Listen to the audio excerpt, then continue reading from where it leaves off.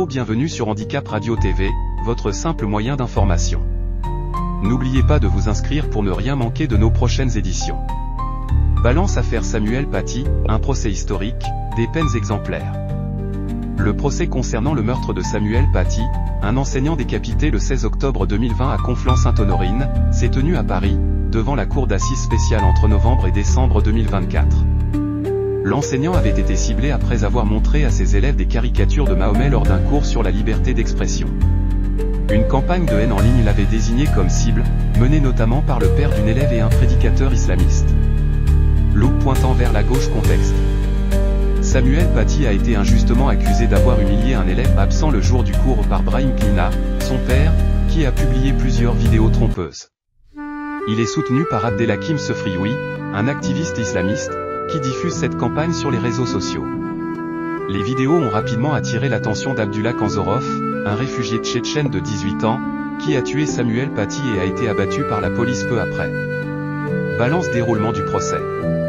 Le procès s'est ouvert le 6 novembre 2024 et a duré plus de 7 semaines, avec une grande intensité émotionnelle. De nombreux témoins, collègues, élèves, experts et proches de la victime se sont exprimés.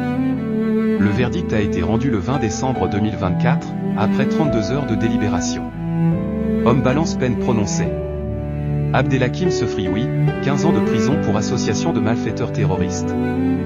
Brahim Knina, 13 ans de prison pour avoir participé activement à la désignation de Paty. Naïm Budaou et Azim Epsirkanov, 16 ans de prison pour complicité de meurtre terroriste, ayant matériellement aidé le meurtrier.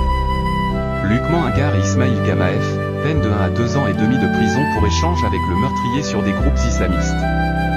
Youssouf Sinar, 1 an de prison pour avoir glorifié le terrorisme. Priscilla Mangel, 3 ans d'emprisonnement avec un sursis probatoire pour provocation directe à un acte de terrorisme. Punaise, problème est porté. Ce procès a marqué une étape judiciaire importante, il a démontré le lien direct entre l'incitation à la haine en ligne, la désinformation et les actes terroristes. Il soulève également une question cruciale, jusqu'où peut aller la responsabilité de ceux qui mettent le feu aux poudres, sans porter l'arme. Haut-parleur public, merci d'avoir suivi cette édition spéciale sur Handicap Radio TV. Abonnez-vous pour ne rien manquer des prochaines actualités et analyses.